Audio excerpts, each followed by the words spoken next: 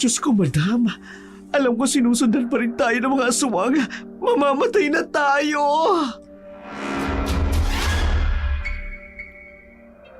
Lalaban tayo. Hindi tayo magpapagapi sa mga aswang na yan. Sige, yan ang nararapat niyong gawin. Ang umatras, mga mahihinang nilalang.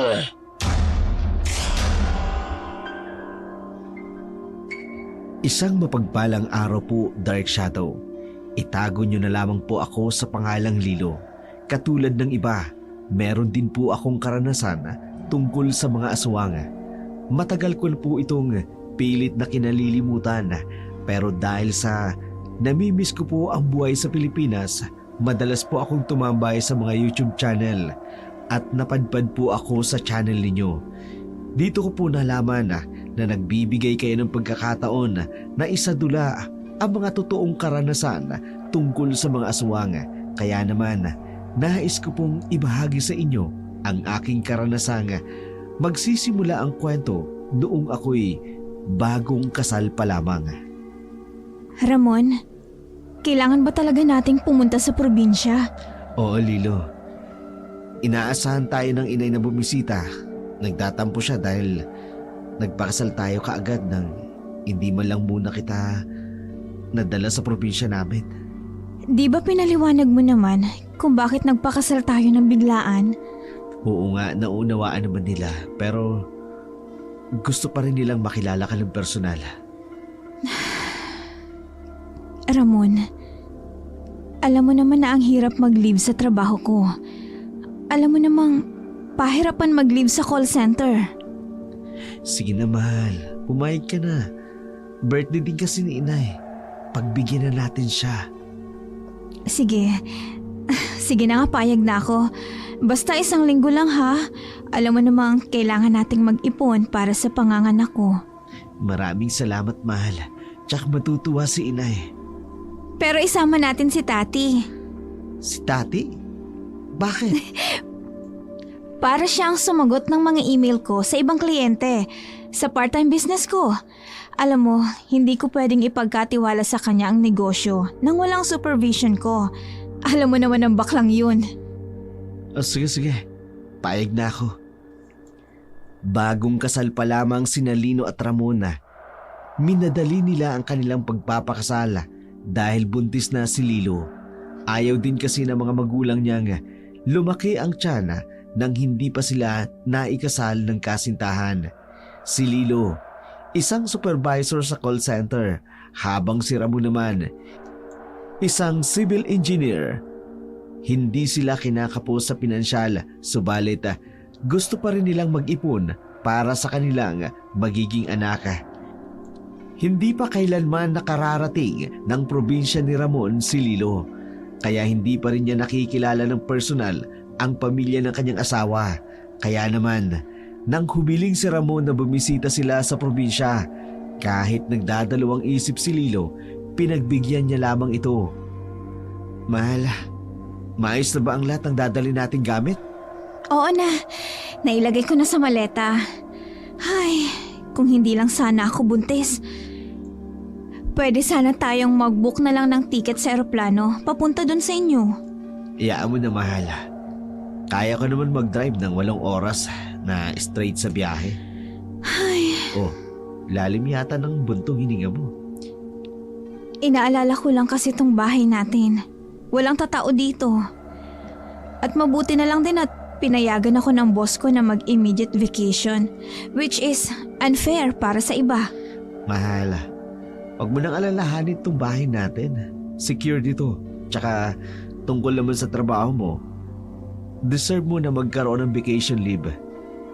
Hindi mo pa naman ginagamit ang vacation leave mo nung nakarang taon, di ba? Ikaw talaga. Nahahanapan mo talaga ng rason ng lahat. Siyempre, ako pa ba? Oo, ikaw. Ang yabang mukha mo. Teka, mahal. Hindi pa ba gumagalaw o sumisipa si baby? Hindi pa. Mag-4 na buwan pa lang naman tong tiyan ko. Maghihintay ka pa ng ilang buwan. Excited na kasi ako, mahal. Ako rin, mahal. Excited na rin ako makita ang magiging anak natin. Hello, nak. Ako dati mo. Excited na ako makita ka. Ano ka ba? Ikaw talaga. Hindi pa yan gagalaw. Sandali Tatawagan ko muna si Tati. Sasabihin ko na dito na siya magpalipas ng gabi. Mabuti pa nga. Para maaga tayong makaalis at di na tayo abutan ng traffic. Matiwasay na natulog ang mag-asawa nung gabing yun. Pagsapit ng alas 5 ng umaga, gumayak na sila upang umalis sakay ng kanilang Ford Bronco. Dumaan muna sila sa isang drive-thru upang bumili ng baon nilang pagkain para sa biyahe. Umorder si Tati ng isang large hot coffee at iba pang pagkain. Samantalang kape lang ang inorder ni Ramon. Hindi kasi siya mahilig sa pagkain may maraming seasonings at spices, lalo na ang bawang at asin dahil nagkakaroon siya ng allergy. Payapa ang kanilang biyahe. Sa sumunod na oras, nagising lamang sina Tati at Lilo nang huminto ang kotse. Mahal, bakit tayo huminto? Nakarating na ba tayo? Hindi pa, mahal. Mga 3 oras pa ang biyahe natin. Magkakarga lang ako ng gasolina. May gusto ka bang ipabili sa convenience store? Ekstrang tubig na lang, mahal. Paubos na kasi tong tubig natin. Sige, dito muna kayo Madam, ang gwapo talaga ng hobby mo, do. Kali mo pumili. Sinabi mo pa. Hindi ko nga alam kung paano niya ako nagustuhan Ang ganda kaya ng ex-girlfriend niya bago ako. Madam ha, maganda ka rin naman Medyo kinulang ka nga lang sa height. Pero carry na yan. Nasa panlaban ng face, winner ka na. Maiba ako. Madam, ano ba nangyari sa kanila ng ex-girlfriend niya? Ang sabi sa akin ni Ramon, namatay daw at nakakaawa nga Kasi hanggang ngayon, hindi pa natatagpuan ng pamilya ng ex-girlfriend niya ang katawan nito. Teka, madam. Ang gulo Paano nasabing patay na siya wala naman palang katawang natatagpuan? I think the authorities found some of her belongings. Tapos, lumipas na ang ilang taon ng paghahanap, pero wala pa rin silang natatagpo ang bangkay. Kaya ayun, isinara na lang ang kaso. Nakakalungkot naman pala ang sinapit ng ex-jowa ni Papa Ramon. Madam, no? Pero parang blessing in disguise na rin, di ba? Kasi nakilala mo ang super-duper gwapo mong happy na si Papa Ramon. Uy, Tati, huwag ka nga magsalita ng ganyan. Masama yan. Sorry, madam. Carried away lang ako. Ang gwapo talaga. Baka pwedeng pahiram kahit saglit. Nagpatuloy ang pag-uusap ni Tati at Lilo hanggang bumalik na si Ramon. Sa natitirang 3 oras ng biyahe, hindi na bumalik pa si Tati at Lilo sa pagtulog. Mag-aalas 4 na ng madaling araw nang makarating sila sa baryo nila Ramon. Madilim ang paligid, ngunit hindi maitatago ang payak na kapaligiran. Ang mga mangilang-ilang bahay sa paligid, ang mga mayayabong na puno. Lumiko ang kanilang sinasakyan sa isang makipot na daan, malubak na kalsada. Sa magkabilang gilid ng daan nakahilera ang nagtataasang puno ng akasya. 15 minuto rin ang itinagal ng kanilang biyahe bago huminto ang sasakyan sa harapan ng isang malaking bahay na gawa sa bato. Ang yaman niyo pala, sir. Wala ka ng bahay niyo, ha? Hindi naman.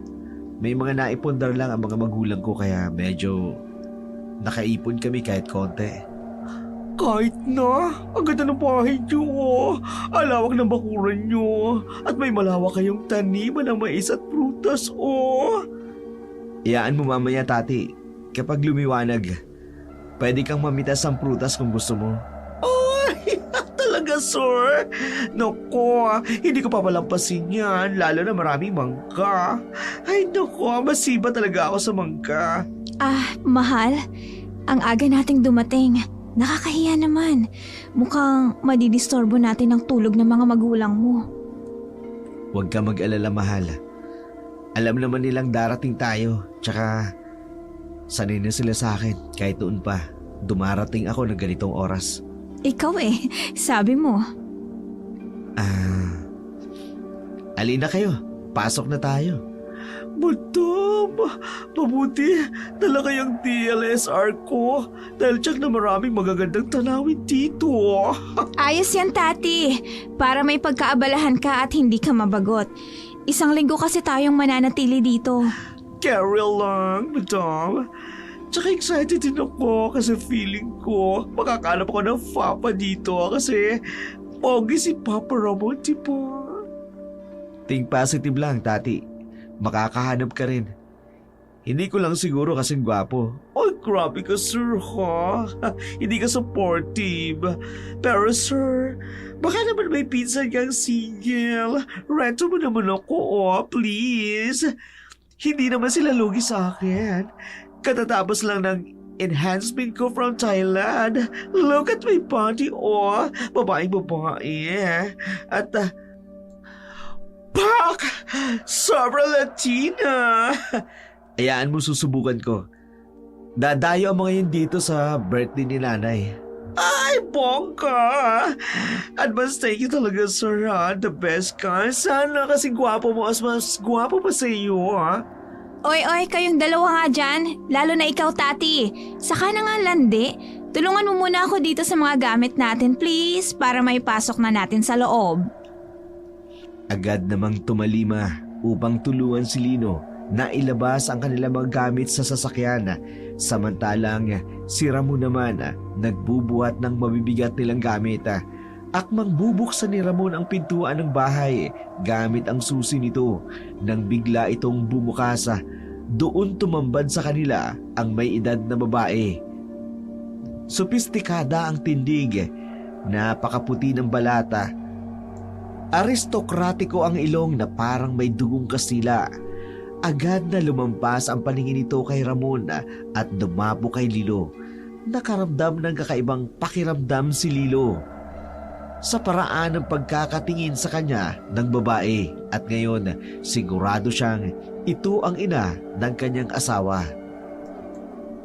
Nay, pasensya na ho. Nagising namin kayo. Hinihintay ko talaga kayo.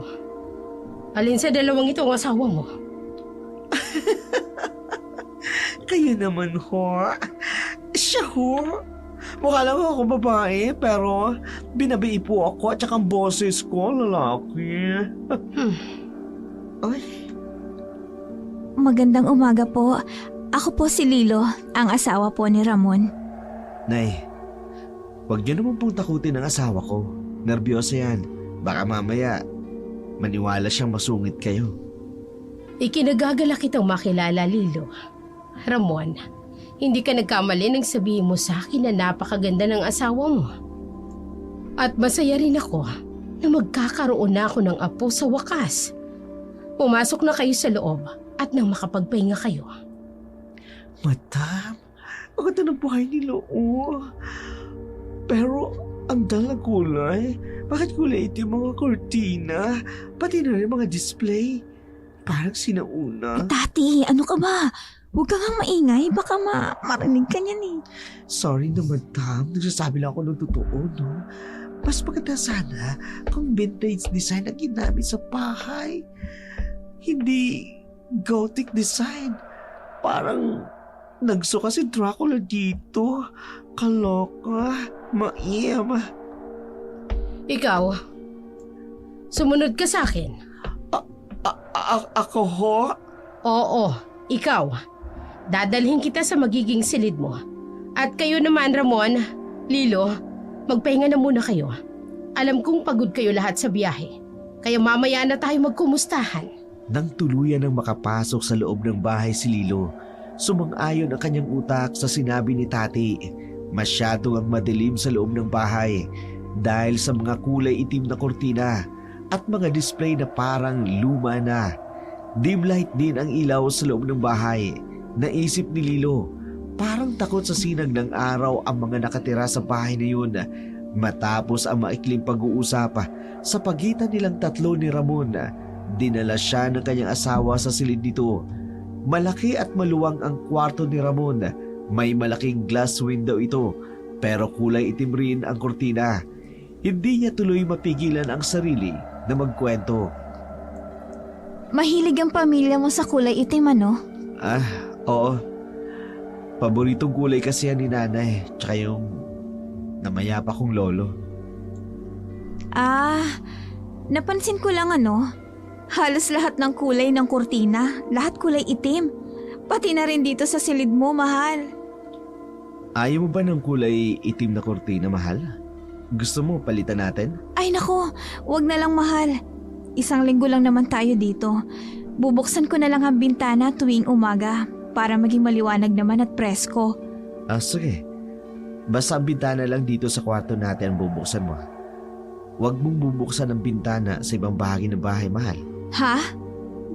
Bakit naman? Ayaw ni nanay. Alam yun ng mga kasama natin dito sa bahay. Ganun ba? Nagtataka man si Lilo pero mas pinili niya na lamang ang manahimik dahil na rin sa pagod at antoka. Agad siyang humiga sa kanyang kama upang magpahinga. Kaagad din siyang dinapuan ng antoka marahil dahil sa kanyang pagbubuntis. Nagising si Lilo nang maramdaman niya ang mahinang tapik sa kanyang pisngi. Pagmulat ng kanyang mga mata, bubungad sa kanya ang nakangiting mukha ng kanyang asawa. Bago na, mahal. 11:00 na Hindi ka pa kumakain ng agahan. Nakatulog pala ako. Naku, nakakahiya naman sa mga magulang mo, mahal. Tinanghali ako ng gising. Huwag ka mag-alala. Naiintindihan naman nila. Alam din nila na kulang tayo sa tulog dahil sa haba ng biyahe natin. Nag-aalala lang ako sa'yo dahil hindi ka pa kumakain. Pati yung baby natin. Ikaw talaga, ang sweet mo. Oh, heto na nga. Babangon na po. Ganda talaga ng asawa ko kahit bagong gising. Sige na. Bulahin mo pa ako. Nakuha mo na nga ako. Oh, tingnan mo. Kasal na nga tayo. Hindi yun pambobola, no? Totoo yun. Ay, sus! Teka. Nasaan nga pala si Tati? Gising na ba? Hindi pa lumalabas ng silid niya. Ako nang tatawag sa kanya. Mag-ayos ka na, mahal, ha? Para makakain ka na. Tatawagin ko na lang si Tati para sabay na kayong kumain ng lunch. O, sige, mahal. Salamat. Masayang nag-ayos si Lilo at pilit niyang isinuot ang kulay cream niyang dress na bumagay sa malaporsilanan niyang balata. Inayos din niya ang kanyang buhok upang mas expose ang kanyang leeg. Dala na rin siguro ng pagbubuntis niya. Kating-kati kasi siya sa buhok niya, lalo na kapag pinagpapawisan siya. Nang tingnan niya ang sarili sa salamin na sigurado niyang presentable na siya, nagdesisyon siyang hawiin ang itim na kurtina sa bintana ng kanilang silid ni Ramon. Pagbukas niya ng bintana, napahanga siya sa lawak ng taniman ng mais at ng mangga ng mga magulang ni Ramon. Ngunit sa lawak nito, hindi niya halos matanaw ang main road. Wala ding kapitbahay sila Ramon. Ang bahay nila ay nag-iisa sa gitna ng malawak na farm. Kumusta ang tulog mo, Tati? Nakatulog ka ba ng maayos? Diyos naman, napaka-caring niyo. Baka agawin ko kayo sa asawa niyo, no? Masyado kang sweet. Para kang honeycomb. Ang landi mo talaga, Tati, no? Pati asawa ko, hindi mo na pinalampas. Kasi naman, madam. Tati, gusto ko lang masigurado kung maayos ba ang tulog mo. Aba, bisita ka namin. Nakakaya naman kung hindi ka magiging komportable dito sa bahay. Ay, sir. Total, package na talaga. Yummy ka na. Caring pa. Madam, ano ba gayong ang pinainom mo dito kay Sir Ramon para Magaya ko naman. Share your blessing, madam. Ano ka ba naman, Tati? Walang gayuma. Ganda ko lang, sapat na. Tama yan. Baka saan pa umabot ang usapan ninyo at ang asaran ninyong dalawa. Kumain na kayo. Ipatitikim ko sa inyo ang specialty ni nanay. Dinakdakan at hinaluan ng maraming utak ng pampalapot. Ay, gusto kayo malapot. Parang ano? Parang ano, Tati? Ay naku, ikaw talaga, Tati. Ang utak mo, ha? Nasusobrahan na ng lapot. Napuno ng tawanan at asaran ang maluwag at malaking bahay nila Ramon. Umieko pa ang boses ni Tati at ni Lilo sa buong bahay. Sabay din nilang tinikman ang luto ng nanay ni Ramon. At isa lang ang masasabi nila, masarap itong magluto. Tama nga si Ramon, malapot ang mixture ng dinakdakan. Dala na siguro ng hinalo nitong utak. Hindi naman alam ni Lilo kung anong utak ng hayop ang inihalo rito. Basta para sa kanya, masarap at malinamnam ang pagkain. Gustong gusto niya ang lasa. Matapos ang kanilang pagkain, nagpaalam na si Ramon sa kanya na may pupuntahan raw ito. Nabanggit din niya nga wala si Imelda, kaya naman sina Tati at Lilo ang natira sa loob ng bahay. Ang mga kasambay naman ng pamilya, hindi nila makausap dahil naglalagi lamang ito sa kani-kanilang gawain. Madam, nakakabagot naman dito. Lakad-lakad lang tayo sa labas para naman medyo makalanghap tayo ng sariwang hangin at makakita ng ibang tanawin. May naisip ako, Tati. Punta kaya tayo sa pinakabaryo. May gusto kasi akong kainin eh. Gusto kong bumili ng binagol. Madam, hindi naman natin sure kung may nagtitinda ng binagol dito. Eh di kung wala, eh di maghahanap ako ng iba. Alam mo kasi naglalaway talaga ako eh. Gusto kong kumain ng matamis. Yung tamang-tama lang ang tamis. Nasa akin nga pala yung susi ng Ford. Yung lumang owner type jeep kasi ang ginamit ni Ramon eh. Okay, madam. Dadalhin ko rin yung DSLR ko para makapag-picture din ako ng magagandang scenery na madadaanan natin. Ewan ko ba, bigla ako nag-crave sa matamis na pagkain. Dahil yan dyan sa pagbubuntis mo, madam. Ganyan talaga kapag buntis kung ano-ano ang gustong kainin. Umalis si Tati at Lilo, sakay ng kanilang kotse. Excited si Tati na kumuha ng mga pictures sa kanilang madadaanan. Hapon na ng mga oras na yun, pero dahil gustong gusto ni Lilo na kumain ng binangol, kahit walang kasiguraduhan, nagpasya siyang pumunta sa baryo. Habang nasa daan, nagtataka si Lilo kung bakit maagang nagsasara ng bahay ang mga tao. Mag-aalas 3:30 pa lamang ng hapon na yun, nakarating sila sa nagkukumpulang tindahan. Meron ding mga taong napalingon sa kanila nang iparada ni Lilo ang sasakyan. Ang iba naman ay nagbulong-bulungan pa, ngunit hindi na lamang pinansin ni Lilo. Marahil hindi lang sanay ang mga ito na makakita ng dayo. Maliit lang kasi ang nasabi ng baryo. Grabe naman mga tao rito kung makatingin, madam. Nang lalamon ng feelings. Pakiramdam ko tuloy artista ako. Ano ka ba naman, Tati? Huwag mo na silang pansinin. Maghanap na lang tayo ng tindahan na nagtitinda ng binagol. Ay, doon sa bandang yun. Doon tayo tumingin. Sige, madam.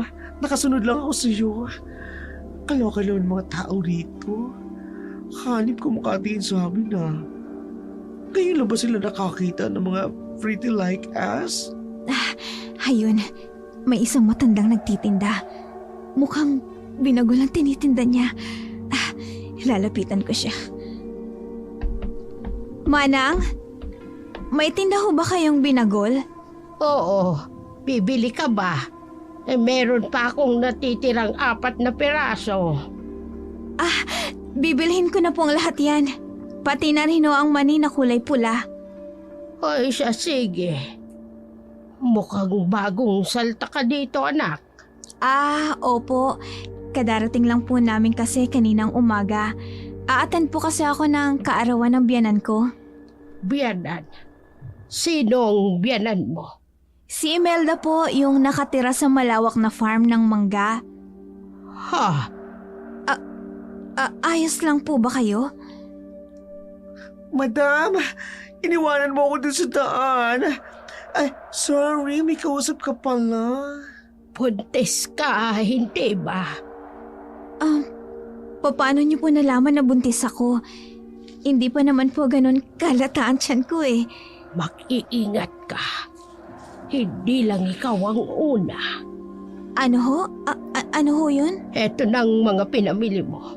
Kahit wag mo nang bayaran. Naku, hindi naman po. Heto po 1,000. Sa inyo na po yung sukli. Nakakahiya naman po kung hindi ko kayo babayaran. Malulugi po kayo niyan. Mag-iingat ka, anak. Huwag kang basta-basta magtitiwala sa lugar na ito. Bakit po, Lola? May mga aswang po ba dito? Or worse, vampire? Higit pa sa inaakala mo. Oh my! Madam! Nakakatakot na pala sa lugar na to. Halika na, Tati. Umuwi na tayo. Sige ho, maraming salamat po ulit, Lola. Habang nagmamaneo pabalik sa bahay si Lilo, hindi niya maiwasang maalala ang bili ng matanda sa kanya. Parang meron itong alam at binalaan siya nitong mag-iingat, pero hindi niya alam kung saan siya eksaktong pinag-iingat. Ganun na lamang ang reaksyon ng matanda nang sabihin niya kung saan siya nakatira. Samantala si Tati naman hindi matigil sa kung ano-anong teorya tungkol sa sinabi ng matanda. Pagkarating nila sa bahay, agad niyang ipinirada ang sasakyan sa garahe. Ngunit laking gulat ni Lilo nang makita si Imelda na istrikto ang muka. Nakatayo ito sa may pintuan ng bahay. Tila ba hinihintay talaga sila. Saan kayo galing? Sa baryo po. Umalis na lamang kayo ng basta nang walang paalam? Nag-crave po kasi ako ng binagol. Kaya naisipan po namin ni Tati na umalis.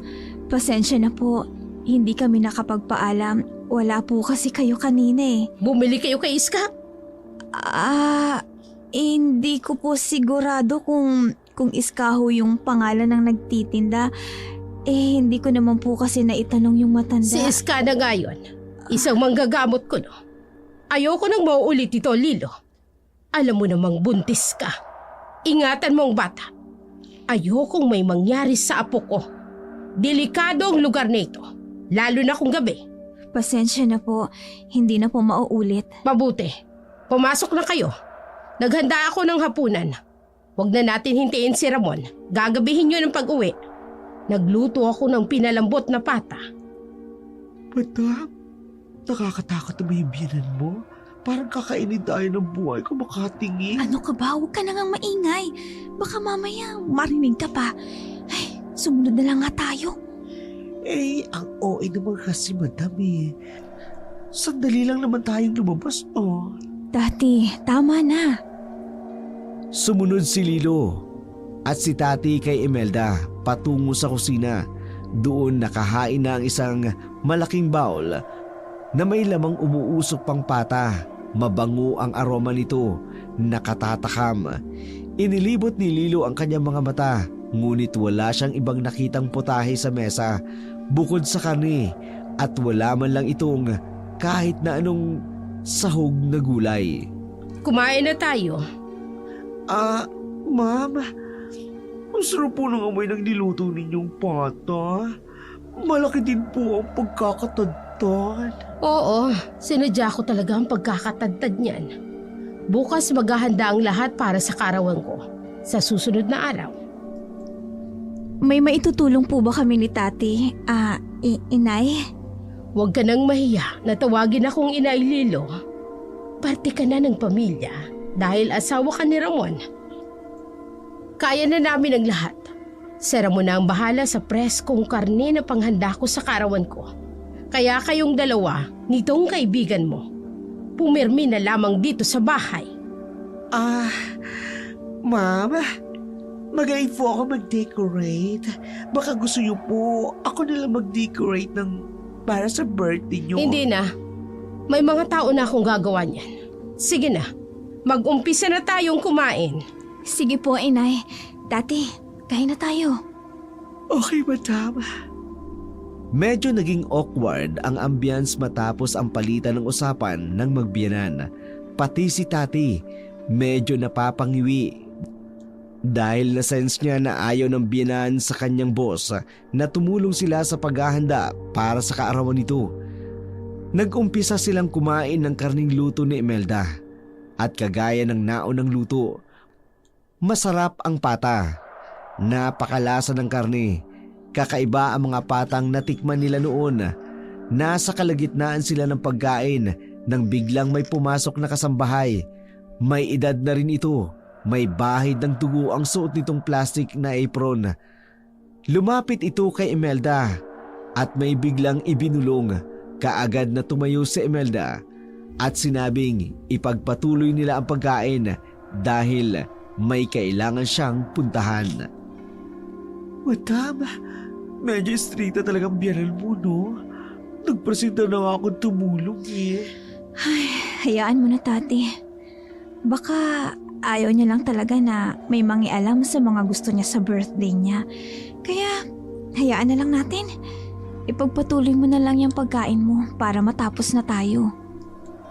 Madam, ang sarap nitong pinalambot ng pata, no? Pero pansin ko, parang walang bawang na sahog. Ikaw talaga, Tati. Kung ano-ano ang napapansin mo, kumain na lang nga tayo, okay? Pero madam, nakita mo ba yung kasampay na pumasok kanina? May dugo siya sa apron at mukhang fresh. Tingin mo, madam, may katayan kaya sila ng baboy? Ano ka ba, Tati? Lahat na lang ba talaga napapansin mo? Normal lang sa probinsya ang ganyan. Sila mismo ang nagkakatay ng hayop para sa okasyon. Malay mo, nagkatay nga talaga sila ng baboy. Pero madam, fresh pa yung dugo. Tapos wala naman akong narinig na tunog ng baboy na kinatay. Ay naku, huwag mo nang guluhin ang utak mo kakaisip. Sige na, kumain na lang tayo para makain ko na yung binagol na binili natin. Ay, naglalaway na talaga ako dyan eh. Okay, madam. Nag-wonder lang naman ako eh. Ay, kakaiba talaga mga tao dito sa bahay ng biyanan mo, madam. Yung katulong, hindi mo lang natin makausap. Lumabas lang tayo saglit na imbiyerna yung biyanan mo. Ay, hayaan na lang natin. Sumunod na lang tayo para wala ng gulo. Kahit pilit na sinasaway ni Lilo si Tati sa kung ano-anong napapansin nito sa bahay nila Ramon, hindi tumigil ang malikot na teorya ni Tati. Kaya ng gabing yun, pumasok si Lilo sa silid ni Ramon, dala ang binangol na binili nito. Samantala, si Tati naman, pumuslit sa kanyang silid, lumabas ng bahay. Nasa harap siya ng bahay nang mapansin niya ang lumang honor type jeep na paparating. Ito ang sinakyan ni Ramon kaninang umaga nang umalis. Gusto niyang batiin ang asawa ng kanyang boss pero may nagdikta sa kanya na magtago. Kaya yun ang ginawa niya. Nagtago siya sa likod ng malaking puno ng mangga. Nakita niyang bumaba si Ramon ng sasakyan at may kinuha itong sako sa likod at buong lakas itong binuhata. Nang tuluyan ng makapasok si Ramon sa kabahayan, dahan-dahang tumago si Tati sa likod ng honor type jeep at tiningnan ito. Nabigla siya nang makita ang bakas ng dugo roon. Ay! Bakit may dugo rito? Ano kaya yung nasa loob ng sako? Mukhang malaki ang nasa loob doon at mabigat rin. Teka, kukunin ko ang cellphone ko. Kukunin ko ng picture. Itong likod ng sasakyan. Nakakaloka. Bakit parang weird ang pamilya ng boss ko? Ramon, dumating ka na pala. Nakakuha ka ba? Ay, kaloka. Si Aling Imelda, narito pala siya sa labas. At ganoon din si Ramon. Magtatago ako. Baka makita nila ako. Pero saan ako magtatago? Ay, ano ba yan? Dito na nga lang sa likod ng basurahan. May basura. Yuck. Pero kailangan ko magtago. Opo, inay. Dinala ko na po sa basement. Presko po yun. Mabuti. Siya nga pala, pagsabihan mo yung asawa mo. Bakit po? Anong problema? Umalis kanina ng bahay nang walang paalam. Kasama ang assistant niyang bakla. Nakausap pa si Iska. Ang harsh naman magsalita nitong si Aling Imelda. Tawagin ba akong bakla? Ang beauty ko kayo. Pero teka, basement? May basement ang bahay nila. Ano meron sa basement? Tsaka anong issue nila kay Ali Iska? Ganun ba? Huwag kayong mag-alala, inay.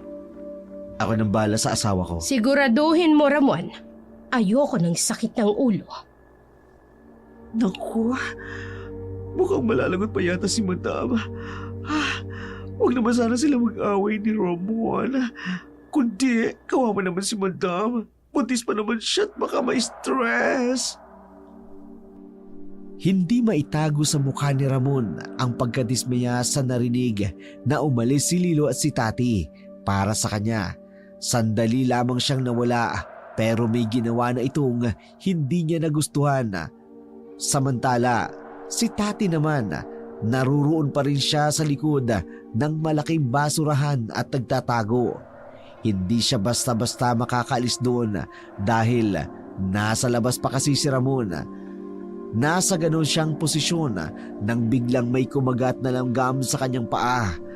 Kaya bahagya siyang gumalaw para tanggalin ang langgam na kumagat sa kanya.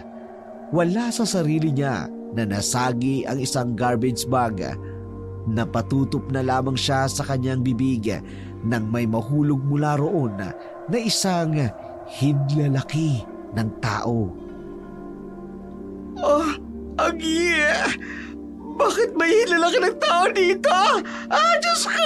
Nakakatakot! Mga aswang ba sila? Daliri ko yan! Aswang! Bakit ka nagtatago dito sa likod ng basurahan? Huwag ka lalapit sa akin! Tati, Mang Isong, anong nangyayari dito? Sir kasi... Nakita niya ang putol na daliri ko na nahulog mula sa garbage bag, kaya natakot siya. Bakit? Anong nangyari at naputol ang daliri mo, Mang Isong? Sir, kasi... Kasi? Nakita niyang, aksidente hong nataga nung nagtadtad ako ng karne. At ikaw, Tati, anong ginagawa mo dito sa likod ng basurahan? Sir, nagbi-brainstorming ako, no? May naisip akong content para sa channel ko. Kasi bumababa na ang earnings, kaya inisip ko makagawa ng magandang content. At dito ako napunta. Dito sa basurahan. Ganun po talaga ako. Masyado akong unique. Ganun ba? Sige. Pumasok ka na sa loob, Tati. Lumalalim na ang gabi. Doon ka na lang mag-brainstorming sa kwarto mo. Sige ho. Good night, sir. Good night din sa'yo, Mang Isong. Sige ho. Maiwan ko na kayo. Mang Isong? Sir. Sa susunod, mag-iingat kayo. Dali-daling pumasok sa kanyang silid si Tati. Agad nitong inilak ang pinto. Tumakbo siya papunta sa banyo. Doon nagsimulang magsuka. Hindi pa rin niya maalis sa isipan ang daliring nakita sa basurahan. Samantala, pumasok si Ramon sa kanilang silid at naabutan si Lilo na kumakain ng binangol habang nanunood ng TV. Nang mapansin ni Lilo ang pagdating ng asawa, agad siyang lumapit at niyakap ito, ngunit agad din siyang bumitaw nang mapansing hindi gumanti ng yakap si Ramon. Mahal, may problema ba? Nabanggit sa akin ni inay. Umalis daw kayo ni tati kanina? Oo, mahal. Nag-crave kasi ako sa binagol. Kaya umalis kami. Hindi na kami nagpaalam dahil wala naman si inay dito kanina. Paano kung napahamak ka? Paano kung napahamak ang anak natin? Kung gusto mo pala ng binagol, kaya naman namin gawin yun ng mga kasambahay. Teka, Ramon, hindi ko maintindihan kung bakit napakalaking bagay nito. Wala namang masamang nangyari sa akin. Kasama ko naman si Tati at marunong naman ako magmaneho. Ginagawa ko rin naman to dati sa Maynila Sa Maynila yun! Anong kinaibahan nun dito? Enlighten me! Ayokong bigyan ng alalahanin si inay. Lalo na't malapit na ang karawan niya. Ayaw niyang may mangyaring masama sa'yo at sa baby natin. Kaya simula ngayon, hindi ka na maaring lumabas. Ano? Ikukulong mo ako sa loob ng bahay? Ramon, hindi naman yata tama yun. Basta't hanggat narito tayo, susunod tayo sa patakaran ni inay. Ramon! Gulong-gulo si Lilo sa inasal ng kanyang asawa. Tila, hindi ito si Ramon na nakasama niya ng ilang taon sa Maynila. Hindi niya inakala na magiging sunod-sunuran pala ito sa ina at nagagawa pa rin siyang pagtaasan ng boses, isang bagay na hindi nito ginawa noon. Kinabukasan, mugto ang mga mata ni Lilo dahil sa pag-iyak. Sinubukan niyang takpan ito ng make-up, ngunit hindi ganong kadaling itago ang bakas ng kanyang pag-iyak. Pagkalabas niya ng silid, agad siyang nilapitan ni Tati. Madam! O Tati, bakit?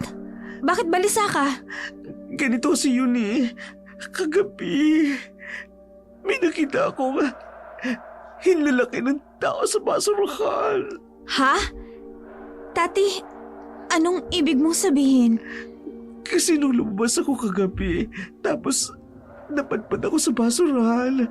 Sa takot ko na makita ko ng biyanan mo. Pero ayon sa matandang lalaking kasambahay, sa kanya daw yun. Pero duda ako, madam. Bakit naman magdududa ang isang katulad mo, Tati? Baka naman talaga sa kanya yun.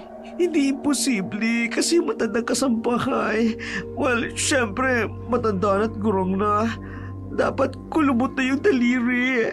Pero yung nakita ko, madam, mabuti at makinis eh.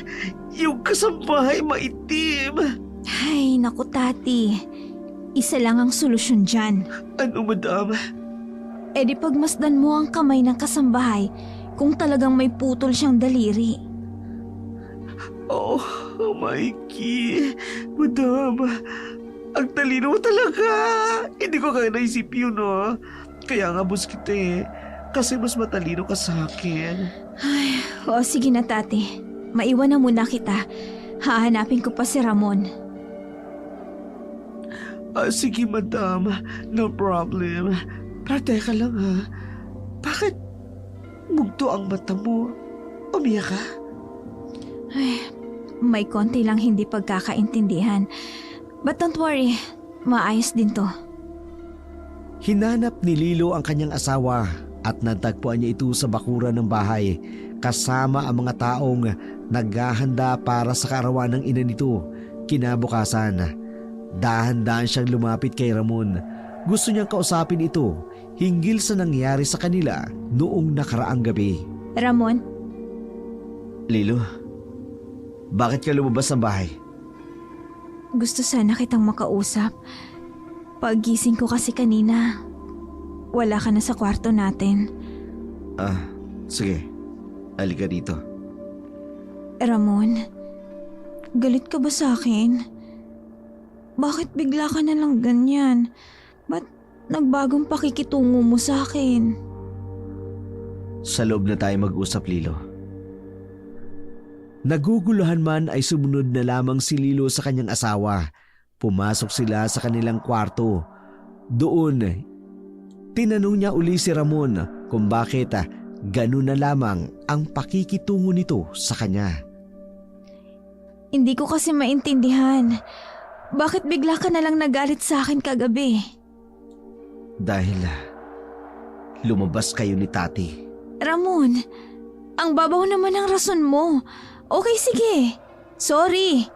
Sorry na kung hindi ako nakapagpaalam, pero wala naman kasi kayo dito. Walang tao dito. Isa pa, nag-crave lang naman ako sa pagkain eh. Kaya lumabas ako. Pero bumalik din naman agad kami. Ayoko lang sinusuway si inay. Ramon naman, hindi naman pwedeng ganyan. Ina ko siya, Lilo. Kaya kung maaari lang, para wala tayong away, sundin mo na lang din ang gusto ng nanay ko. Babalik na ako sa ibaba. Marami pa akong dapat asikasuhin. Teka lang, Ramon! Ramon! Kahit anong tawag ni Lilo sa kanyang asawa, hindi ito nagpapigil. Iniwanan siya nito sa kanilang kwarto. Napasabunot na lamang si Lilo sa kanyang buhok, ngunit sa inisa. Marahas na bumuntong hininga. Hindi niya akalain na may ganong side pala ang asawa niya. Wala namang masama na igalang ang magulang. Pero kung ikokompromiso ni Ramon ang nararamdaman niya na maging sunod-sunuran ito sa kanyang ina, yun ang mali sa pananaw ni Lilo. Sandali lang!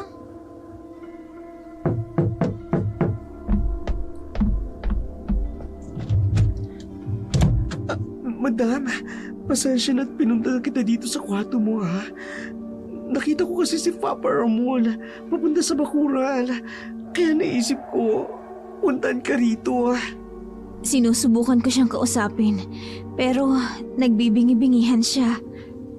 Hindi pa rin kayo ayos? Ano ba kasi pinagtatalunan niyo? Yun nga. Yung paglabas natin kahapon. Nagalit daw kasi ang nanay niya. Ay naku, madam. Pwede ba akong pumasok sa kwarto mo? May sasabihin ako sa iyo. Alika, sige. Pasok ka. Bakit? Anong sasabihin mo? Di ba naikwento ko sa iyo kung anong nangyari sa akin nung nakita kong putol na daliri? Oh, Bukod doon, may narinig ako. Si Papa Ramon at ang nanay niya nag-uusap. Kaya ako nagtago sa likod ng basurahan. tungkol saan? Tungkol sa paglabas natin. Mukhang inis si Aling Imelda sa paglabas natin. At ito pa ha, mukhang nagalis siya nang kinausap natin ang matandang tendera ng binagol. Ano naman ang dahilan niya para magalit kay Aling Iska? Yun na nga eh. At ito pa ha, habang nagtatagal tayo dito, marami akong napapansing kakaiba. Kakaiba? Kagaya ng ano? Una, di ba dapat mamamalengke sila ngayon? Oh, O kaya nung isang araw pa? Dahil may okasyon sila bukas? Pero wala. Hindi sila namamalengke. Pangalawa, wala akong nakitang ibang tao. Di ba common sa mga probinsya na kapag may paparating na okasyon, parang bayanihan at tulong-tulong? Pero ang nakikita ko lang ay mga kasabay nila. Pangatlo, nakita ko si Sir Ramon kagabi. May dala siyang sako. Narinig ko sila nag-uusap ng biyanan mo. Madam, dinala na daw ni Sir Ramon yung sako sa basement. anong laman ng sako? Yun ang hindi ko alam, madam. Pero magugulat ka. Nung pinuntan ko ang likod ng honor na sinakyan ni Sir, may tukutuol. As in fresh na fresh. Kaya eto, kinutuban na ako. At eto, kinunan ko ng picture. That's weird, Tati. Ipinakita ni Tati kay Lilo ang larawang kinunan nito. Naguguluhan naman si Lilo. Hindi maproseso ng kanyang utak ang mga nangyari. Wala siyang ibang maisip na paliwanag. Okupado kasi ang utak niya. Nang hindi nila pagkakaintindihan ng kanyang asawa. Samantala, dumating na ang araw ng kaarawan ng kanyang biyenan. Umaga pa lamang, marami ng kamag-anak ng kanyang asawa ang dumating. Ang ipinagtataka niya lang, lahat ng mga ito may kakaibang kilos, lalo na kapag napapatingin sa kanya at kay Tati. Samantalang si Tati naman, Nakararamdam ng pagkailang sa bahay ng biyanan ng kanyang boss na si Lilo. Madam, sana pagkatapos ng kaarawan ng biyanan mo, bumalik na tayo sa Maynila. Kakausapin ko si Ramon tungkol dyan. Sorry, madam ha. Simula kasi nang dumating ang mga kamag-anak ng asawa mo kanina, hawag ko ba? Mas lalo ako nakararamdam ng weirdness. Alam mo yun? Tsaka kanina, yung mata ng chewy ni Sir, nakita ko, madam. Nakatingin sa tiyan mo na parang naglalaway. Tati, ano ka ba? Baka mamaya may makarinig sa'yo. Ang dumi talaga ng isip mo. Hindi, madam. True lala ang sinasabi ko. Ay, kung hindi na masamang isipin na asong yung chewy niya. Tati, ano ka ba? Sige na, paparating na yung biyanan ko. Yung bibig mo, iti ko muna ha. Kumusta kayong dalawa rito? Halina kayo sa hapag. Nakahanda ng mga pagkain. Naroon na din ang mga bisita. Opo, inay. Tati, halika na. Sumunod na tayo kay inay.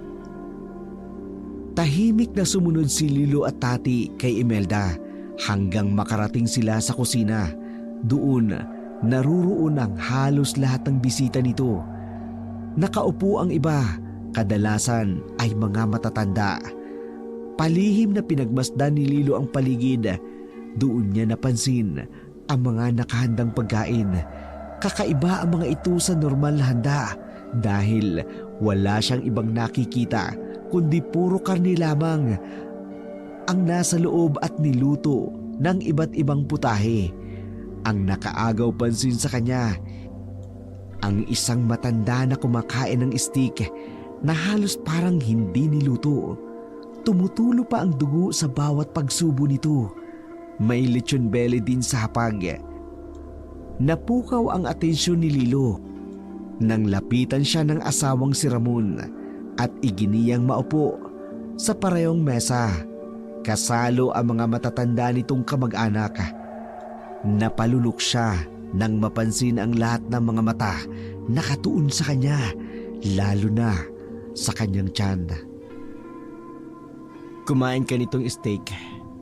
Isa ito sa pinakamasarap na handa tuwing kaarawan ni nanay. Tapos itong inihaw na lamang loob. Ramon, sabi kasi ng OB ko, hindi ako pwedeng kumain ng hindi masyadong lutong pagkain. Lalo na red meat. Makakasama raw kasi kay baby. Lilo. Kainin mo na yan, Lilo. Kailangan niya ng apo ko. Kailangan matuto kang kumain ng mga kinakain namin. Masarap ang karne na yan. Primera klase. Kaya sige na, kainin mo na. Pero, Kainin mo na, Lilo. Magtiwala ka sa akin. Masarap yan. Diyos ko, ayoko naman.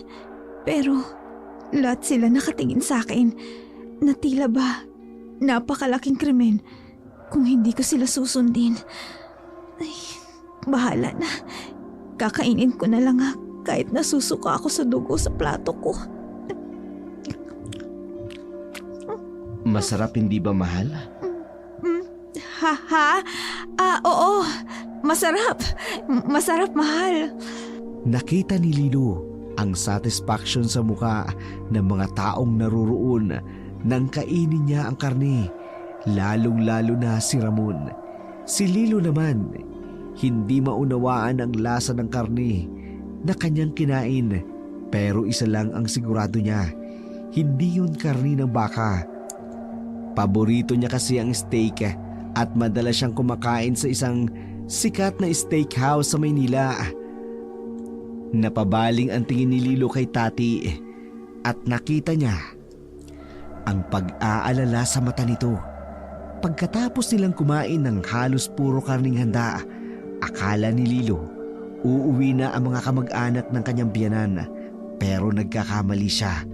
Pumunta ang mga ito sa bakuran ng bahay. Inilabas ang isang mesang gawa sa tabla. Nagtataka si Tati kung para saan ang mga iyon. Madam, habang busy sila, pumuslit na tayo. Pumuslit? Saan naman tayo pupunta, Tati? Hanapin natin yung basement ng bahay. At ano naman ang gagawin natin kapag nahanap natin? Eh di pasukin natin. Madam, alamin natin kung anong nandun.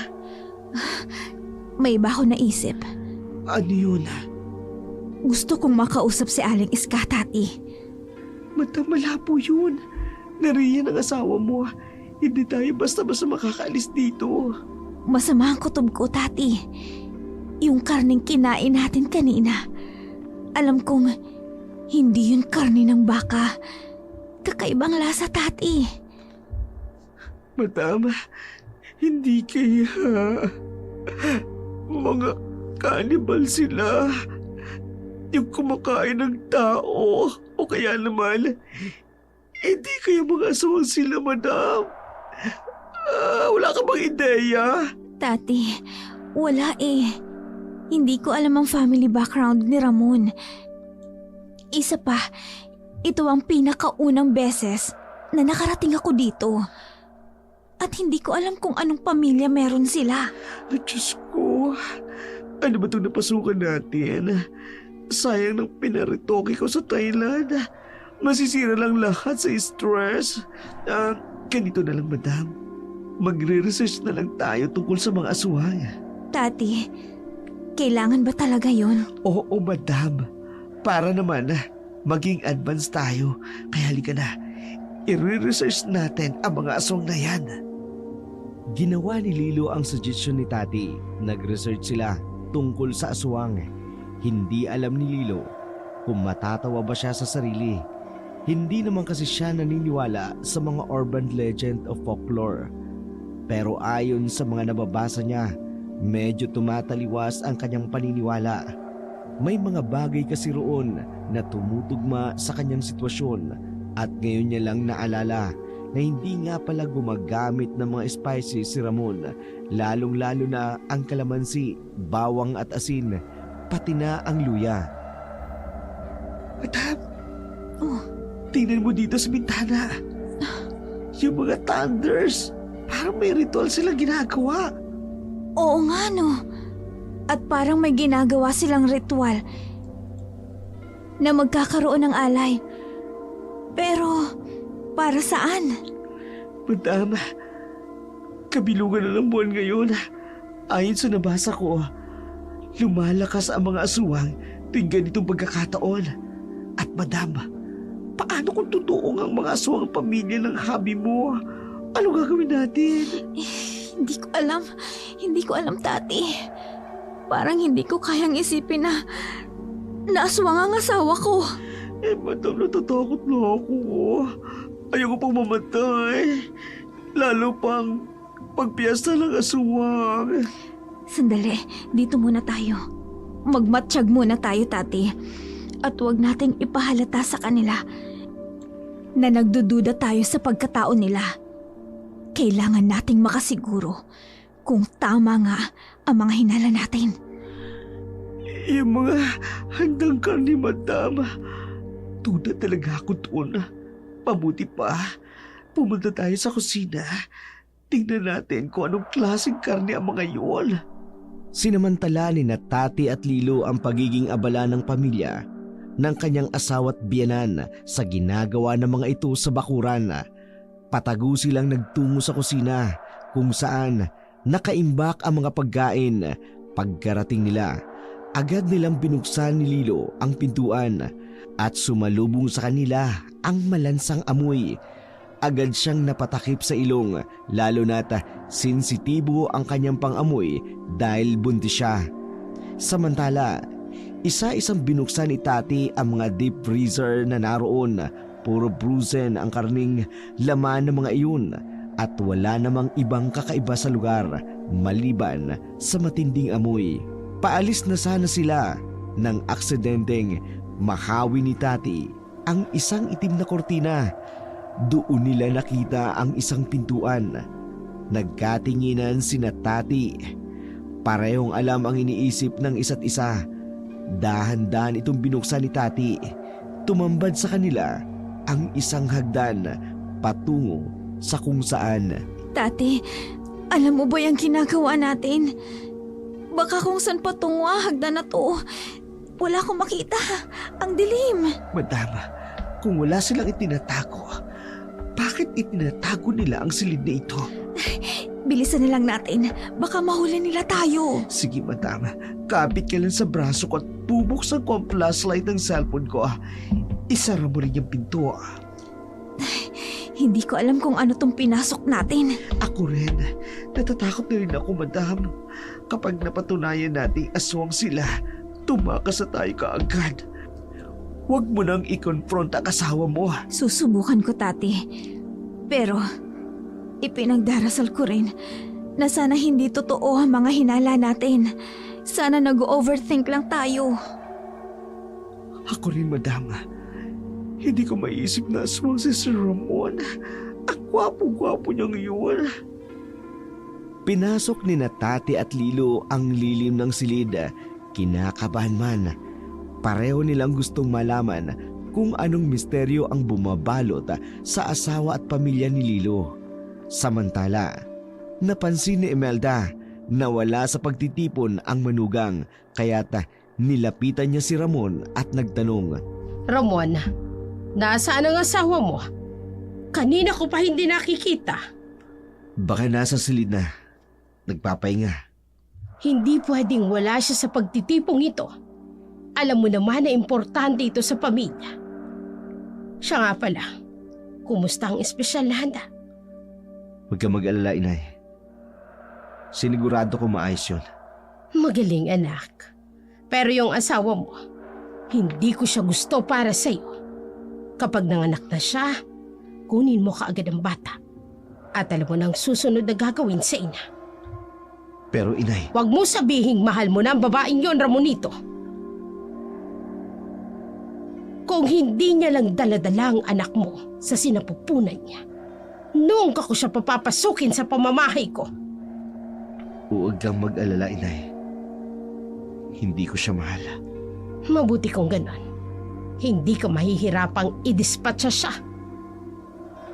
Opo, inay. Samantala, nasa loob ng lihim na silid sina Lilo at Tati. Dahil madilim, sinubukan nilang maghanap ng switch ng ilaw kung meron man. At sa kanilang swerte, meron ngang switch ng ilaw. Agad nila itong binuksan. At ganun na lamang ang tuwa nila nang bumaba ang liwanag sa buong paligid. Doon nila napagtanto, hindi lang ito basta isang silid. Isang cold storage pala. Malawak ito. Maraming freezer ang naroon. Isang malaking stainless steel table sa gitna. Binuksan ni Tati ang isang malaking freezer. At gano'n na lamang ang takot niya nang makita ang nasa loob nito. Isang frozen na tao. Buo pa ito. Nakabaluktot. Isang babae. Diyos ko, madam. Mga kriminal ang pamilya ng asawa mo. Imposible hindi siya sangkot dito. Ay, Diyos ko.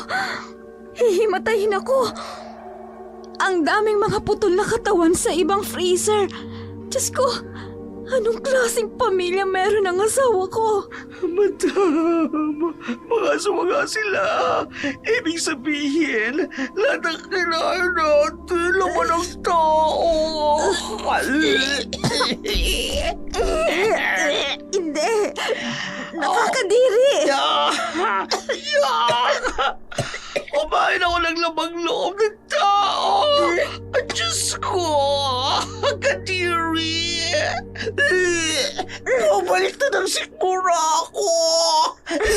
Tama na, Tati. Hindi na ako. Ay, Diyos ko, Tati. Tati. Sandali. Bakit? May paparating. Yung ilaw. Kailangan nating magtago. Bilisan mo. Pero, saan tayo pwede magtago dito? Hindi ko alam. Papatayin ko lang yung ilaw, madam. Doon tayo magtago sa likod ng isang malaking shelf. Sisiksik tayo doon. Ha? Sige na, bilisan na natin, Tati. Oo, madam. Halika. Bilis. Diyos ko. Huwag sana nila tayong makita. Buksan mo ang ilaw. Opo, inay. Nakita mo na ba ang asawa mo? Hinahanap na siya ng iba nating kamag-anak. Hindi pa ako nakakapanig sa silid namin, inay. Siya nga pala, yung assistant niyang bakla. Mas maganda yatang itumba na natin mamaya. Mukhang makati ang dila nun. Huwag na nating hintayin matuklasan niya ang sikreto natin at sabihin pa sa asawa mo. Diyos ko, madam, balak akong patayin. Anong gagawin ko? Tatakas tayo, Tati. Hindi ko kayang manatili pa dito. Pero inay, mas lalong magdududa si Lilo kapag nawala si Tati. Eh di gawan mo ng paraan. Sabihin mo lumayas o pinabalik mo ng syudad. Kaya ka nga namin pinag-aral at pinatira sa syudad para matuto kang makisalamuha sa kanila. At madali mo silang maloko, yung mga taong yan. Pero inay, matalino si Lilo.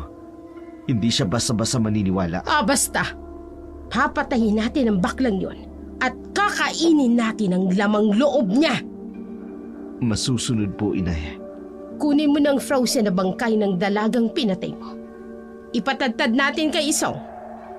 At ang alay, kailangang maialay natin ang preskong dugo niya sa ating anito pagsapit ng 12:00 ng hating gabi. Hindi makapaniwala si Tati at Lilo sa kanilang narinig. Halos himatayin sila sa takot at pandidiri. Nakasiksik sila sa likod ng isang shelf. Mabuti na lang, hindi nagawi sa bandang yun ang mag-ina. Nanlamig silang dalawa dahil bumaba ang kanilang temperatura sa loob ng cold storage.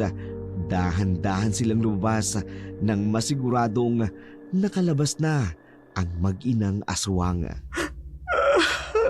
Madam, ayoko mamatay. Hindi ko naman hahayaang mamatay ka, Tati. Gagawa tayo ng paraan. Tatakas tayo dito. Pero paano, madam? Ang dami nila. Paano kung magtulong-tulungan nila tayo? Hindi kaya ng beauty ko ang ritokada. Diyos ko, kung alam ko lang, hindi na sana ako nagparitoke ng... Ang mahal pa naman ang gastos ko dito. Dumikit ka lang sa akin. Huwag kang hihiwalay sa akin kahit na anong mangyari. Ayaw nilang malaman ko ang sikreto nila. Kaya maaaring hindi ka nila magagalaw kapag nasa tabi lang kita. Madam, hindi naman yata pwede yun. Hindi naman ako pwedeng tumabi sa'yo sa pagtulong. Sa iyong dalawa. Ay, oo nga pala, no. May punto ka nga pala dun. Ganito na lang. Lumabas na tayo dito. Bago pa nila malaman na nandito tayo. Agad na lumabas ang dalawa mula sa cold storage at mabilis na tumalilis patungo sa silid ni Tati. Nanginginig sa pinaghalo-halong emosyon si Lilo. Hindi lubos maisip ni Lilo ang maitim na sekreto ng kanyang asawa. Ngunit kailangan niyang tibayan ang kanyang loob upang tumakas. Naisip niya ang anak na nasa kanyang sinapupunan. At si Tati dahil siya ang nagdala rito ng kanyang asawa. Mahal? Narito ka lang pala sa silid ni Tati. Kanina pa kita hinahanap. Diyos ko, kailangan kong magpanggap na wala akong alam. Sana kayanin kong panindigan ito ng matagal. Oo, mahal. Nakikipagkwentuhan lang ako. Medyo kasi nababagot ako eh. Ganun ba? Bakit hindi mo kaagad sinabi? Pwede naman kitang samahan. Ano ka ba? Ayos lang. Okay lang ako, mahal. Alam ko naman kasing busy ka sa paghahanda sa kaarawan ni Inay. Kaya dito lang muna ako kay Tati. Tati, pwede bang dito muna ako? Oo naman, madam. Pwede. Ayos ka lang ba, mahal? Bakit parang namumutla ka? May sakit ka ba? Ay, wala naman, Ramon. Ayos lang ako. Dito lang muna ako sa silid ni Tati, ha? Sige na, pumunta ka na dun sa kasiyahan. Pero hinahanap ka ni Inay. Gusto niyang sumali ka sa pagtitipon ng pamilya. Mahal, maiintindihan naman siguro ni Inay, di ba? Alam niya naman na buntis ako at gusto ko sanang magpahinga ng maaga. Please. Sige, sasabihin ko sa kanya. Ikaw, Tati, nais mo bang makisaya sa amin? Ako ho? Naku sir, masaya na po ako sa buhay ko kahit hindi na ho. Salamat na lang. Umalis nang may pagtataka si Ramon sa asal ng kanyang asawa at ng asistan nito. Masyadong distant sa kanyang asawa at pansin niya ang pagiging balisa nito. Ganon din si Tati. Inisip niya kung dahil pa rin ba ito sa pagtatalo nila. Pero may pakiramdam siya na may ibang dahilan. Samantala, hindi mapakali si Tati at Lilo. Pareho silang pabalik-balik ng lakad. Pinag-iisipan nilang mabuti kung paano makakaalis sa farm na yun nang hindi namamalayan ng mga aswang na ngayon ay nagtitipon sa labas mismo ng bahay. Tati, obvious naman na wala tayo makukuhang pangontra sa bahay na to. Wala talaga, madam. Alam mo na, ano kaya kung tumawag tayo ng pulis? I-parade natin yung storage. Magandang plano yan. Pero, ayoko nang mandamay ng ibang tao, Tati. Alam ko, hindi makakalabas ng buhay ang mga pulis dito. Paano naman tayo? Sigurado kung papatayin nila tayo. Ako nga pala. Kasi ikaw, di ka naman nila siguradong papatayin. Lalo na't buntis ka. Tama, Tati. May naisip na akong plano. Kung sakaling magkagipitan man.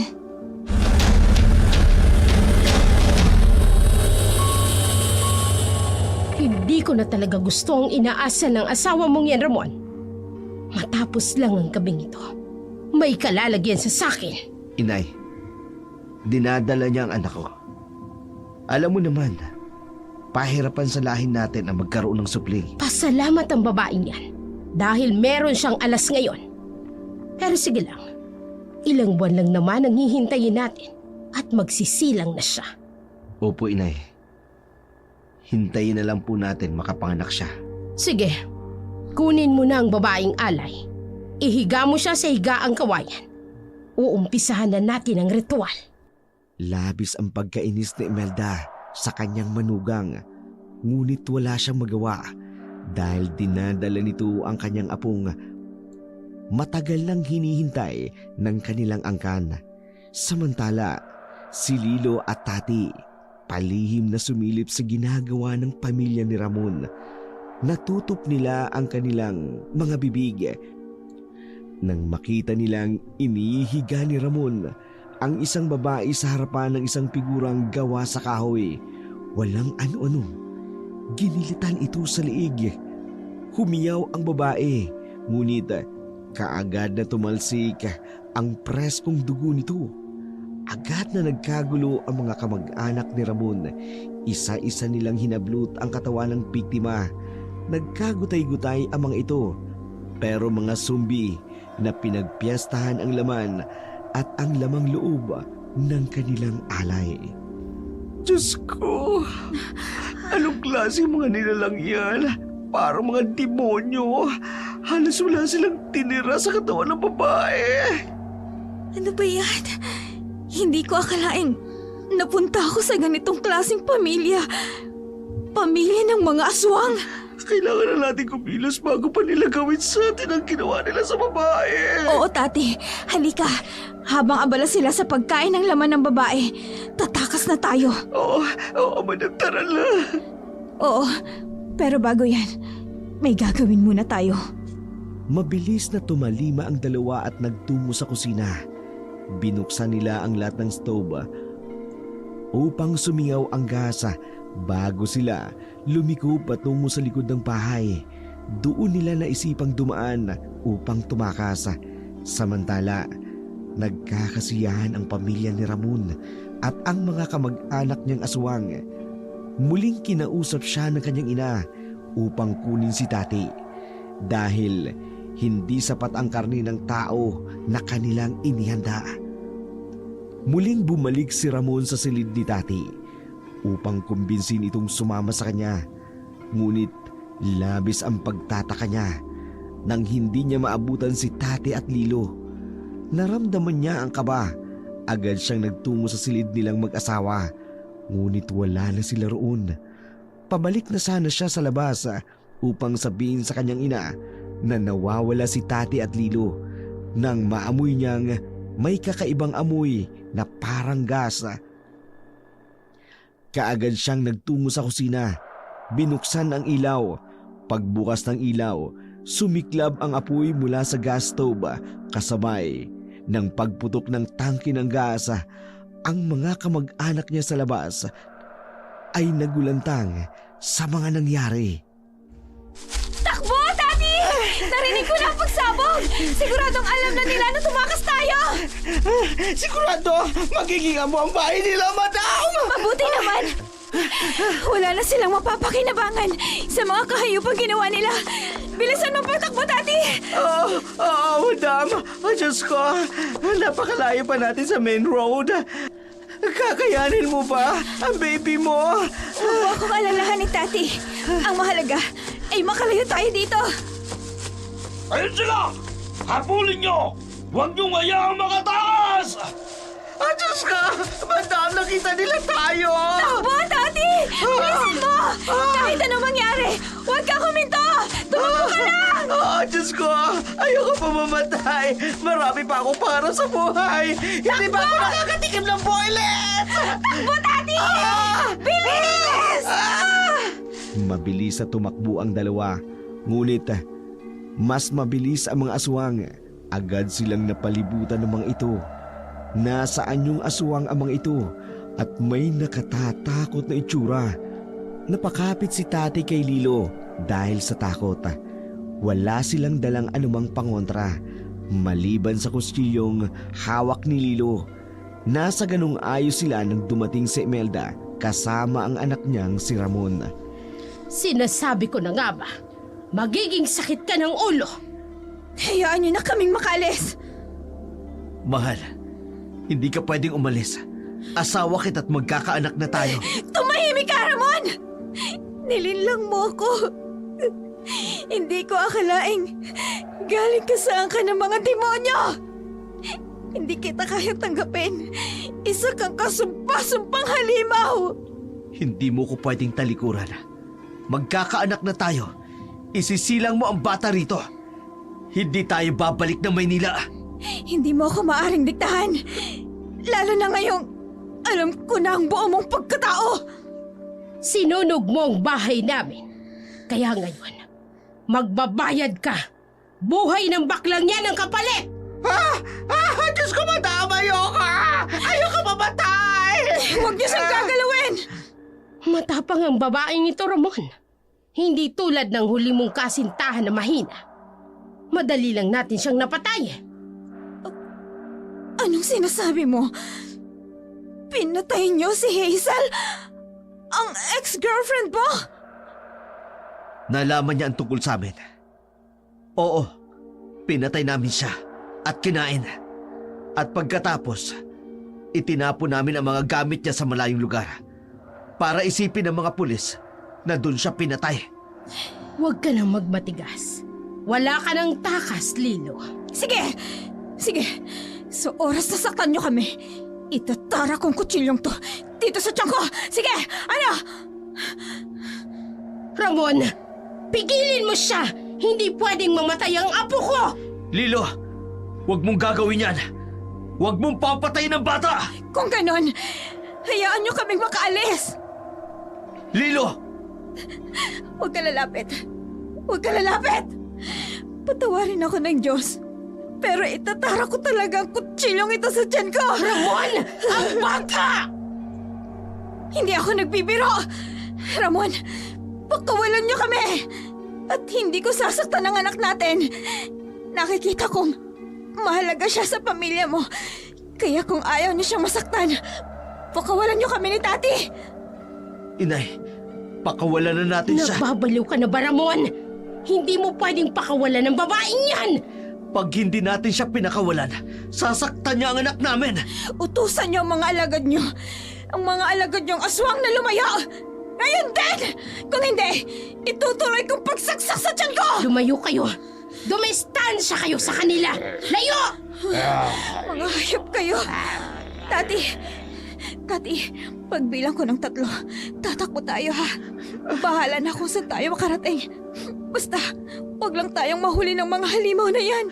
Oo, madam. Kasunod mo ko.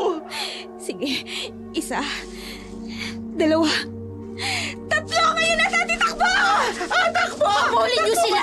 Huwag niyo hayaang makatakas! Bilisan mo, Tati!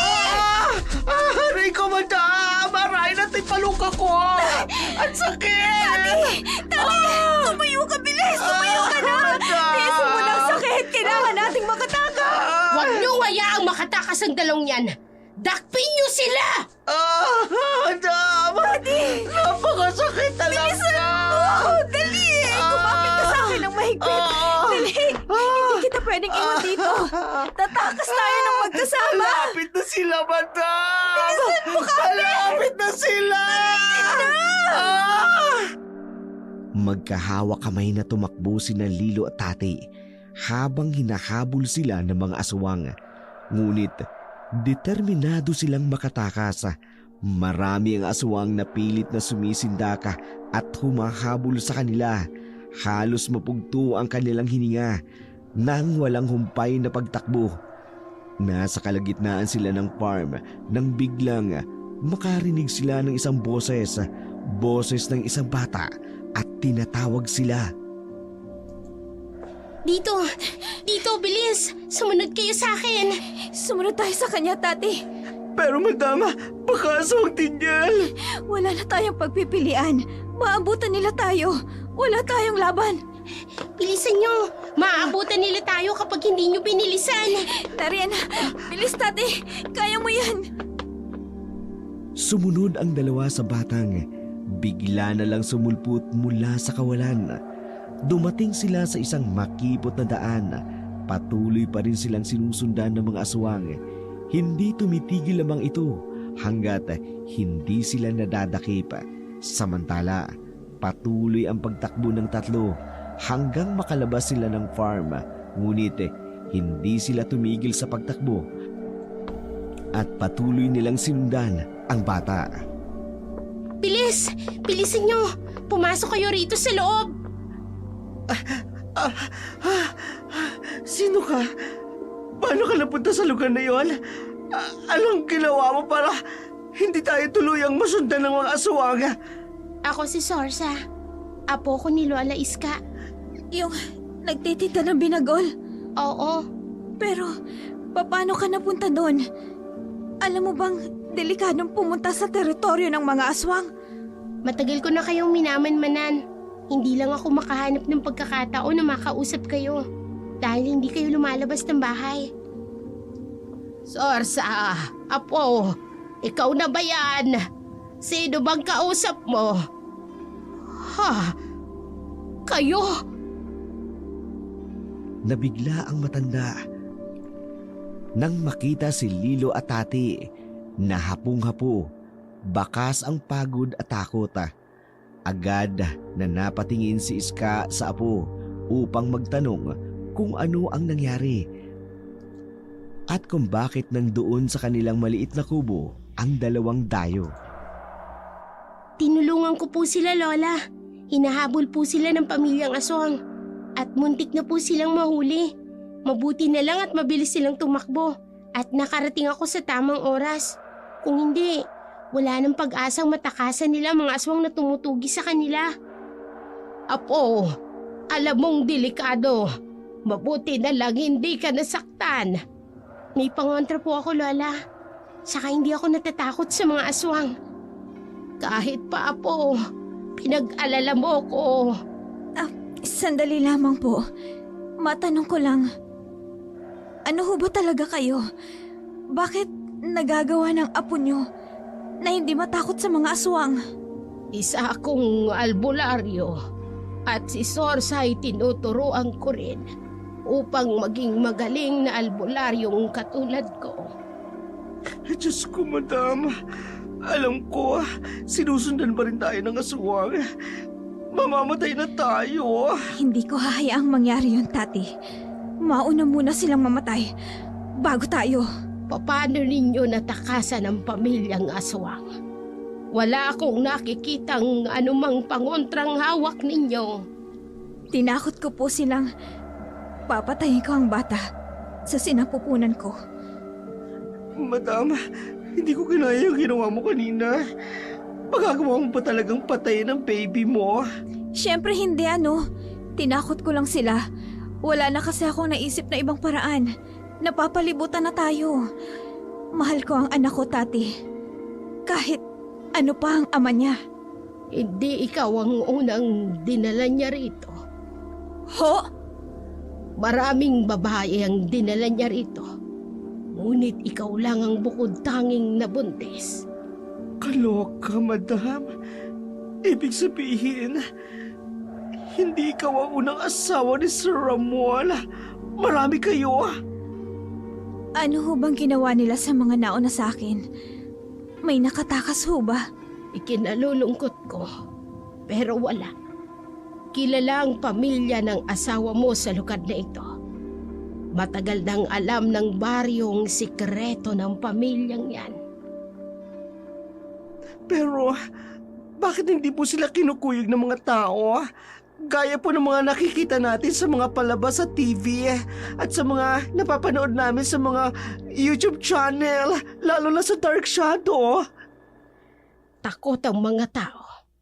Mas malakas ang mga aswang kesa sa mga ordinaryong tao. Kaya ang ibang mamamayan na nakatira dito, nagsilipat na lamang sa ibang lugar. Iilan na lamang ang nakatira dito, yung mga walang-walang mapuntahan. Paano po natin sila mapupuksa? Hindi pwedeng matakot na lamang tayo sa kanila. Hali kayo, pag-usapan natin ang mga hakbang na gagawin natin laban sa mga aswang. Nasa loob sila ng maliit na kubo ng maglolang albularyo. Umiiyak si Tati dahil natatakot ito sa mga susunod na mangyayari. Samantala, si Lilo naman, masinsinang nakipag-usap kay Aling Iska. Nagpaturo kung ano ang kanilang magiging hakbang para makatakas sa pamilya ng kanyang asawa. Takot ho ba sila sa apoy? Oo, isa ang apoy sa kinatatakutan ng mga aswang dahil itinuturing ang apoy na may kakayahang pumatay o mawasak ang mga nilalang na may demonyong kalikasan tulad ng aswang. Kaya pala, nung sinunog namin ang bahay na bato, hindi nila naapula ang apoy at tuluyan itong kumalat. Hetong mga pangontra, alam kong anumang oras, susugod sila rito. Lalaban po kami. Eto ang buntot pagi at pana. Marunong ka bang gumamit ng pana? Binditado ang panang yan. Mainam na panlaban sa mga aswang. Ako ho, marunong. Sport ako, archery ako nung high school at college. Marunong ako sa pano. Mas mainam kapag nagkagipitan na, gamitin mo ang panang ito. At ikaw naman sa buntot pagi, tutulong kami sa inyo ni Sorsa. Jola, ang mga aswang, narito na sila. Napapalibutan na nila ang bahay natin. Ang tari ng mga aswang na yan ha. Madam, mukhang sinakyan pa ang Ford Bronco patungo rito. Ayaw maglakad. Ang tatamad ng mga aswang. Halos ako na ang nagbayad. Fully paid kung binayaran ng sasakyan na yan. Aling Iska, ano pong gagawin natin? Ihanda ninyo ang mga pangontra ninyo. Sigurado akong magpupumilit silang kunin kayo. Lalaban tayo. Hindi tayo magpapagapi sa mga aswang na yan. Lumabas na kayo dyan, Iska. Alam kong naririyan sa loob ang magaling kong manugang. Wala kang magagawa upang tulungan sila. Ibigay mo sila sa amin kung ayaw niyong masaktan kayo ng apo mo. Natatakot man, pilit itong nilabanan ni Lilo at Tati. Hawak-hawak nila ang kanilang pangontra.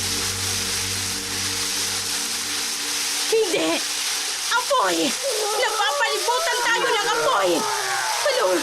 Paano nangyari yan? Hindi! Magbabayad ka, Lilo! Masusunog tayo! Tati, kumuha kayo ng karagdagang gas. Isabay natin sa kanila. Oo, madam. Itong bagay sa inyo. Matusta kayong lahat. Kayong lahat, mga pangit. Ano?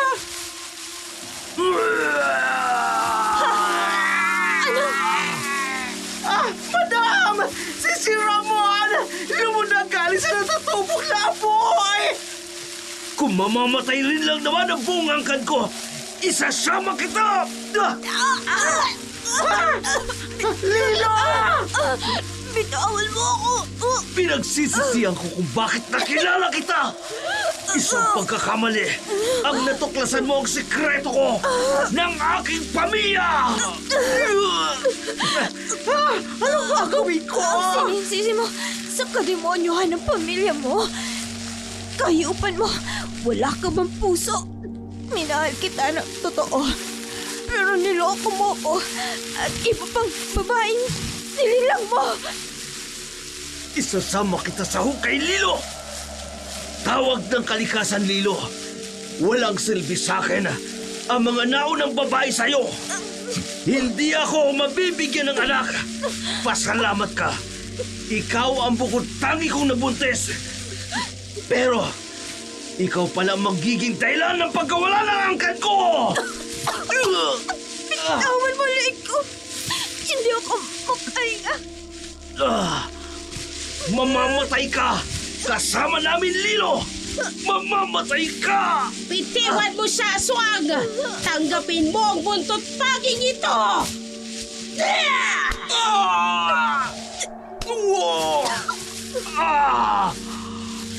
Madam! Kumapit ka sa braso ko! Heto ang gas para sa iyo! At sisilabang ka namin para hindi ka na mabuhay pa! Lilo! Hindi dito magtatapos ang lahat. Mapatay niyo man kaming lahat. Dinadala mo ang anak ko. Itutuloy niya ang lahi namin. Diyos ko. Matusta kayong lahat! Malaya na tayo sa mga aswang! Umiiyak na nakayakap si Lilo kay Tati habang pinagmamasdan ang nasusunog na katawan ni Ramon at ang pamilya nito. Kahit ganun, may lungkot na nararamdaman si Lilo. Minahal niya rin ang kanyang asawa.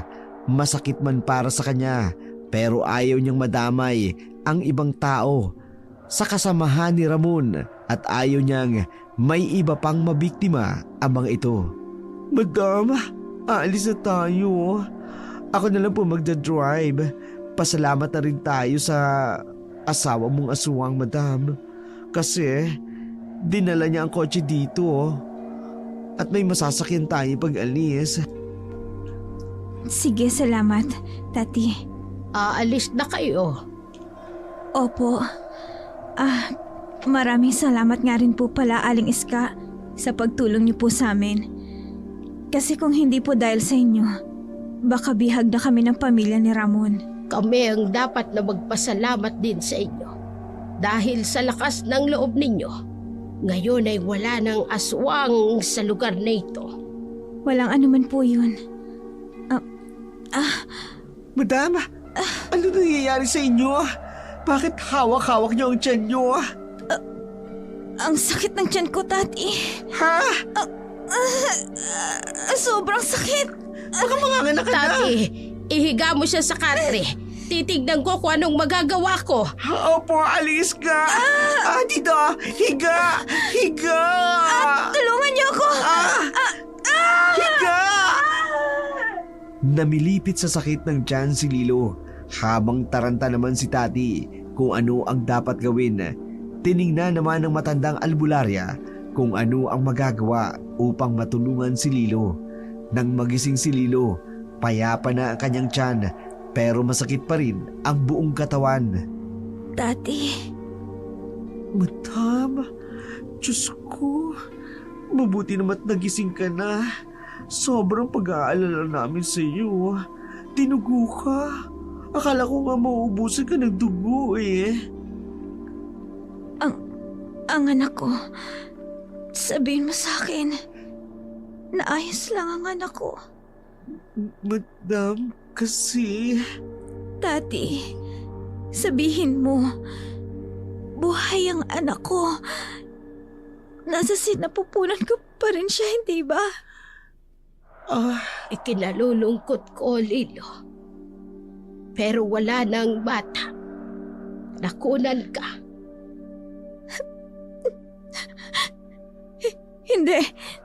Hindi totoo yan. Ang anak ko, ibalik niyo sa akin ang anak ko. Wala akong pakialam kung maging aswang man siya. Anak ko siya. Ang anak ko. Madam, tama na. Mahina ka pa eh. Baka mabinat ka. Sorry talaga, madam. Pero, nawala ang baby mo. Ang anak ko. Ang anak ko. Ibalik niyo sa akin ang anak ko. Ibalik niyo sa akin ang anak ko. Nadurog ang puso ni Lilo nang malaman niyang nakunan siya. Halos mawalan siya ng malay sa kaiiyaka. Bilang isang ina, napakasakit noon para sa kanya. Sa isang iglap lang, nawala ang pamilya ng kanyang pinapangarap. Matapos ang pangyayaring iyon sa baryo, bumalik sina Tati at Lilo sa Maynila. Ilang araw din nanatili si Lilo sa ospital para sa follow-up na gamutan dahil sa nangyari sa kanya. Madam, aalis ka ba talaga? Babalik naman ako, Tati. Kailangan ko lang talagang makalimot muna. Ipauubaya ko muna sa'yo ang negosyo. Huwag mo tong pababayaan. Pangako, madam. Hindi po. Mas mabuti nga po sigurong manatili ka muna sa Amerika, madam. Baka doon wala ng aswang. Sana nga. Ikaw. Ipagpatuloy mo rin yung therapy mo. Sure, madam. Binabangot pa rin kasi ako sa nangyari sa atin sa baryo na yun. Maraming salamat, Tati. Hindi ka lang magaling na assistant. Isa ka ring mabuting kaibigan. Kahit kailan, hindi mo ako iniwan. Madam naman, napapaya ka po eh. Lilo na lang. Simula ngayon, ikaw na ang best friend ko. Ay, first name basis tayo. I'm so happy and honored to be your best friend, Lilo. Ako na si Stitch. Lilo and Stitch. Baliw! Ano nga palang pasalubong mo pagbalik ko? Pasalubong ko pagbalik mo? Walang hiya ka. Pasalubong ko pagbalik mo. Anong gusto mong pasalubong pagbalik ko? Ay ka talaga. Syempre dollars. Charing lang. Kahit cloud perfume, okay din sa akin. Or yung perfume ni Ariana Grande. Happy na ako doon. Commercial pa ha. O sige, dadamihan ko para sa'yo. Perfect! Siguro naman magkakatsuhan na ako dahil sobrang Latina na ako sa bango. Tumawa ka naman.